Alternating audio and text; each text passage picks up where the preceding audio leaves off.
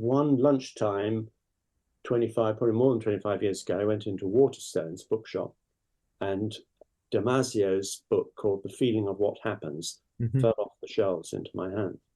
And it all started from there. And this title, The Feeling of What Happens, I thought, hello, this is up my street. And it was, because actually the way he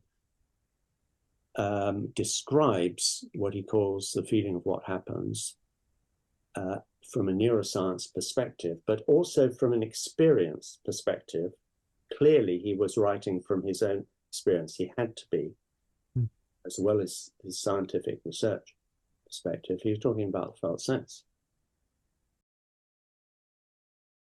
What are the sorts of things that you have found useful about studying neuroscience as a focusing-oriented therapist?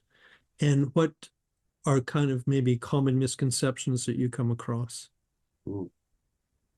Well, a lot of neuroscience has made sense to me because it speaks to my experience.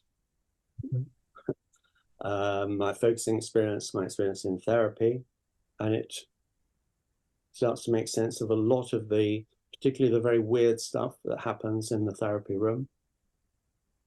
Now, there's plenty of psychological theory that goes into the same territory.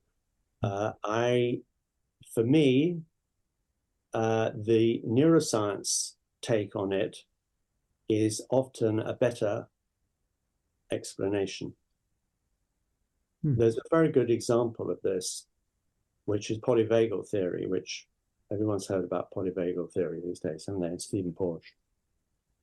See, Stephen Porsche says that sometimes biobehavioral explanation or account of what's happening is better, so more use, than a psychological explanation. And I agree with him.